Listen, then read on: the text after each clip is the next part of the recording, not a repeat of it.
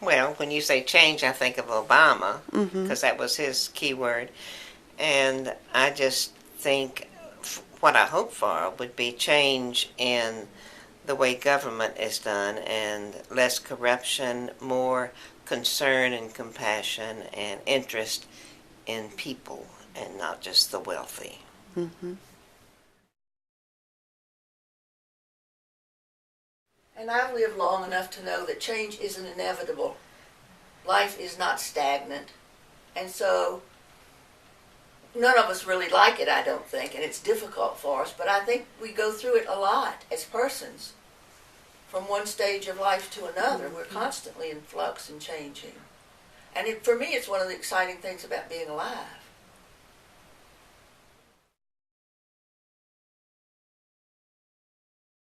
Well, and also, though, on the other hand,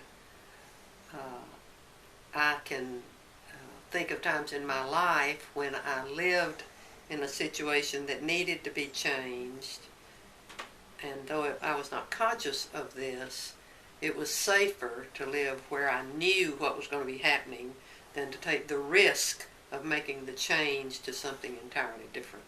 I think change means risk and uncertainty about what the outcome is going to be, and that's what's got us all so upset. Because we don't know what the outcome is going to be of the changes that we see are being presented to us.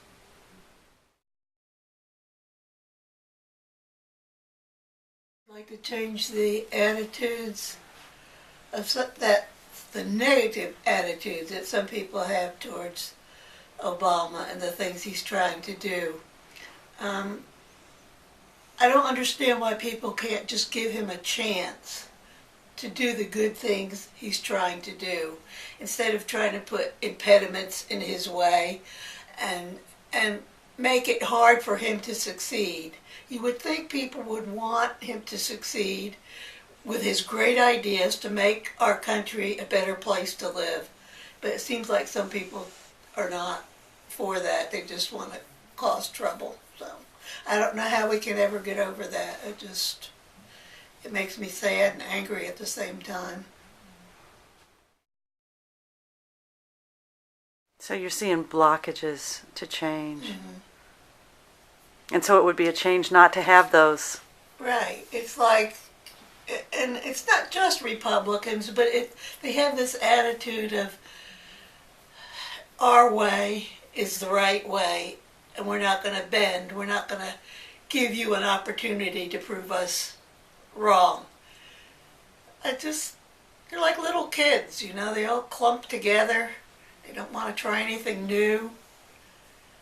And so I'm just thrilled that we have a change in leadership, and I hope they don't get in his way of succeeding. That's what I hope. Yeah. And so the they, for you, are these mostly people who are policymakers currently, or?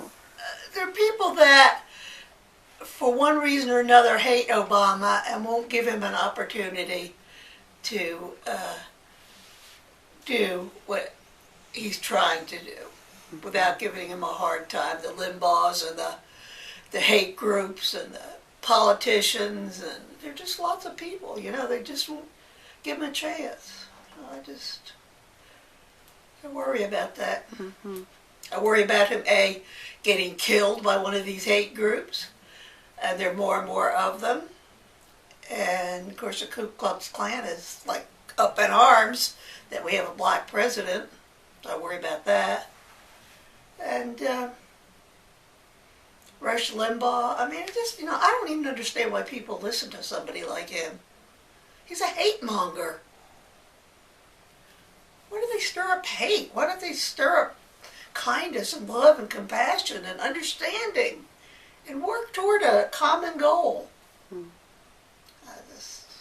It's discouraging to me, but maybe Obama can pull it off. I'm pulling for him.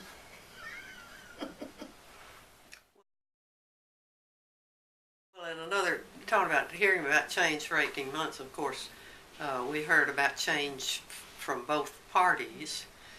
The one that did not win the election, I guess the change, well, Oh, there was more to that. But part of the change they were promoting was having a woman vice president. And then I'm not sure of all the other change. But the word got picked up on both sides and clearly was being responded to by everybody, whatever the change was. And that's what you're looking for is what we think, what comes to mind when we think of change. Well, it was change from the secrecy of the Bush administration, particularly Cheney. And I think the government does, it is the people, it's for the people. Right. And if they can't know what's going on, then there's something wrong with how it's being handled.